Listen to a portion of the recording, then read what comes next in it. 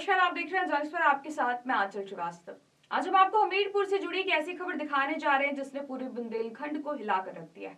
Truck location का वो अवैध रैकेट जो सालों से हमीरपुर, उरई, घाटमपुर, कानपुर, फतेहपुर, उन्नाव से लेकर लखनऊ तक फैला हुआ था, अब पुलिस की पकड़ में आ चुका है। ये नेटवर्क कितना मजबूत और कितना शातिर और कितना प्रभावशाली था, इसका अंदाजा सिर्फ इस बात से लगाया जा सकता है कि ये लोग डीएम से लेकर जिले के तमाम अधिकारियों के हर लोकेशन, हर मूवमेंट पर नजर रखते थे और व्हाट्सएप ग्रुप के जरिए मिनट मिनट की जानकारी ओवरलोड और अवैध परिवहन करने वाले ट्रक ऑपरेटरों तक पहुंचाते थे। इन ट्रक लोकेटरों के पास न सिर्फ अधिकारियों की लोकेशन पहुंचाने का पूरा सिस्टम था, बल्कि मोरम गिट्टी और खनिज के अवैध कारोबार से ये लोग करोड़ों का वारा न्यारा कर रहे थे। ओवरलोडिंग, बिना MM11 स्लिप के ट्रकों का संचालन और इसके बदले भारी अवैध कमाई। खनिज विभाग की नजर इस नेटवर्क पर लंबे समय से थी और आखिरकार खनिज निरीक्षक उमाकांत की तहरीर पर दर्ज की हुई एक बड़ी FIR ने इन्हें कानून के शिकंजे में कस दिया है। सदर कोतवाली में दर्ज केस में कुल 23 लोकेटरों के नाम सामने आए हैं, जबकि कई अज्ञात आरोपी अभी भी फरार हैं। इन पर जिन धाराओं में मुकदमा दर्ज हुआ है वो इस बात का सबूत है कि ये कोई छोटा मोटा अपराध नहीं है, बल्कि संगठित,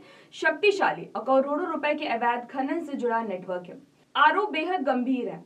सरकारी राजस्व की चोरी, अवैध खनन, धोखाधड़ी, सरकारी कार्य में बाधा और संगठित अवैध कारोबार। इस कार्रवाई में सबसे अहम सफलता मिली है मीरापुर निवासी बबलू निषाद की गिरफ्तारी।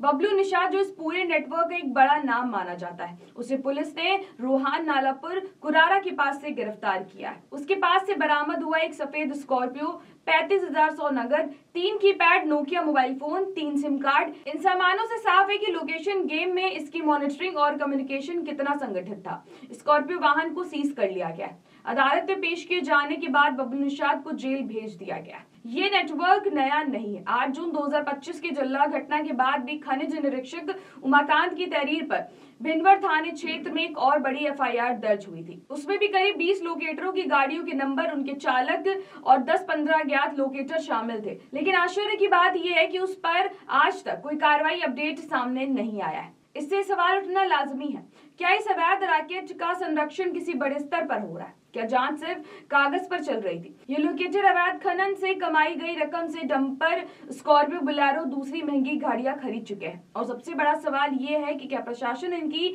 बेनामी संपत्ति की जांच करेगा? क्या करोड़ों की संपत्ति कुर्क होगी? इस पूरे केस के जांच अधिकारी तेज तर्रार SI हर्षवीर सिंह लगातार दबिश दे रहे हैं। उनके साथ SI राजू सिंह और हेड कांस्टेबल भोला सिंह भी शामिल है। 2 आरोपी जेल भेजे जा चुके हैं, लेकिन अभी 21 नामजद और कई अज्ञात आरोपी फरार है। उम्मीद की जा रही है कि पुलिस जल्द ही इस पूरे नेटवर्क को ध्वस्त कर देगी। अब बड़ा सवाल यह है कि क्या हमीरपुर, जलौन, कानपुर और बुंदेलखंड का ये ट्रक लोकेटर सिंडिकेट सच में खत्म होगा या फिर कुछ गिरफ्तारियों के बाद मामला फिर से फाइलों में दब कर रह जाएगा? तो ऐसी देश दुनिया की बड़ी खबरों पर नजर रखने के लिए आप जुड़े रहिए जर्नलिस्ट के साथ।